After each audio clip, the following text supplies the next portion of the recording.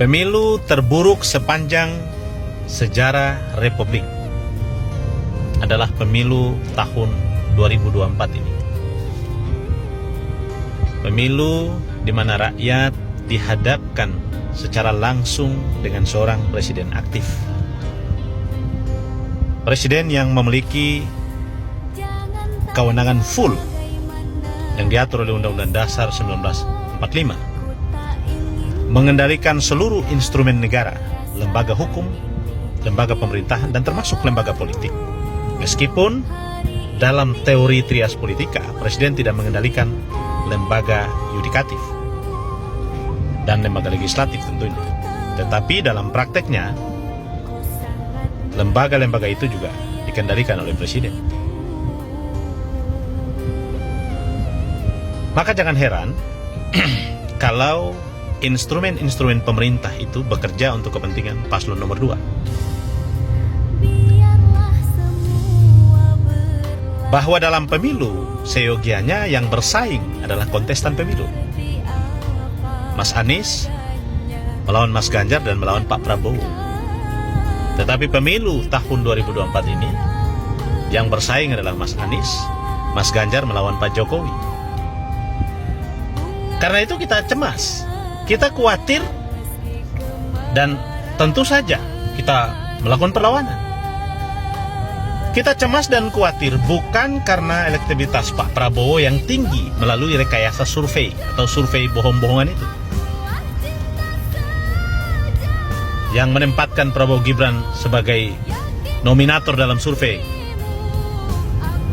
Kita bukan cemas karena itu. Yang kita cemaskan adalah karena presiden aktif terlibat dan memberikan intervensi penuh terhadap upaya pemenangan paslon nomor 2. Karena di dalam proses pemilu ini ada kepentingan istana secara langsung, baik dari sisi mempertahankan kebijakan yang sudah disusun menjelang 10 tahun ini untuk keberlanjutannya, dan yang sisi yang kedua adalah ada keluarga istana yang terlibat dalam pilpres ini. Maka jangan heran kalau seluruh instrumennya digerakkan. Puluhan kepala daerah diangkat, Anda ingat, diangkat, ditunjuk oleh presiden. Mulai dari bupati, gubernur, ya, dan itu akan difungsikan melalui instruksi mereka untuk mendukung paslon nomor 2. Menteri-menteri aktif berperan mendukung 02, menjadi tim sukses, tim kampanye dalam jabatannya sebagai menteri aktif. Maka jangan heran kalau seluruh kebijakannya, fasilitasnya, uangnya digunakan, dikerahkan untuk kepentingan pemenangan nomor 2. Sudah pasti. Yang ketiga, instrumen TNI Polri juga tidak luput dari intervensi. Sudah pasti. Tidak mungkin tidak dikendalikan. Pasti dikendalikan. Dan yang diangkat adalah orang-orang yang tidak punya komitmen dan integritas untuk menjaga wibawa kelembagaan itu. Pasti dikendalikan untuk mendukung pemenangan paslon nomor 2. Sudah pasti. Maka jangan heran kalau ada kejadian di mana-mana yang melibatkan oknum-oknum TNI dan oknum-oknum Polri.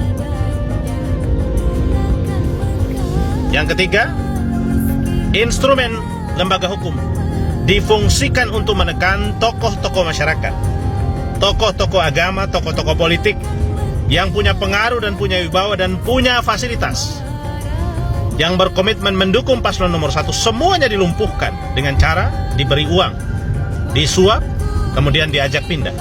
Bila tidak, diteror, diperiksa pajaknya, atau dikasuskan, sehingga mereka pasif dalam kepentingan pemilu ini.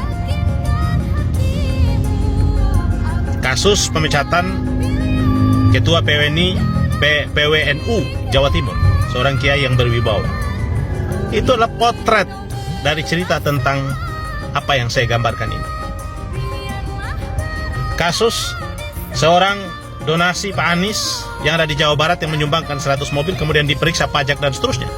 Ini fakta-fakta yang tidak bisa kita abaikan.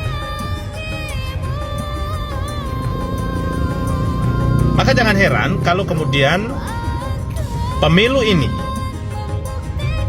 akan melucuti seluruh kebebasan orang dan peran orang untuk mendorong kepentingan perubahan.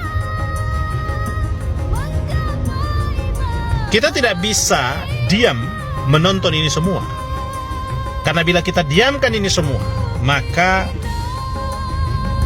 negara ini akan hancur di tangan orang-orang yang tidak bertanggung jawab. Negara ini tidak menjalankan komitmen the founding father, komitmen para pendiri negara. Tugas kita menghantarkan perubahan itu adalah bagian dari komitmen menjaga kelangsungan negara. Anda tidak perlu heran. Orang-orang oportunis sedang berkumpul di satu tempat dan merencanakan kejahatan untuk kelangsungan negara ini, untuk menghancurkan kelangsungan negara ini. Maka kita harus komit. Bukan karena tidak punya uang kemudian kita tidak berdaya. Bukan karena tidak punya kekuatan dukungan lembaga-lembaga pemerintahan lalu kemudian kita tidak berdaya. Jangan menyerah. Sampai titik darah penghabisan seluruh kekuatan rakyat Indonesia harus kita kerahkan. Dan dengan itu, insya Allah, petunjuk Allah, petunjuk Tuhan Yang Maha Esa akan datang bersama kita. Dan perubahan akan kita wujudkan dengan kita hantarkan Anies sebagai Presiden Republik Indonesia tahun 2024 ini. Amin, amin, ya Rabbal Alamin.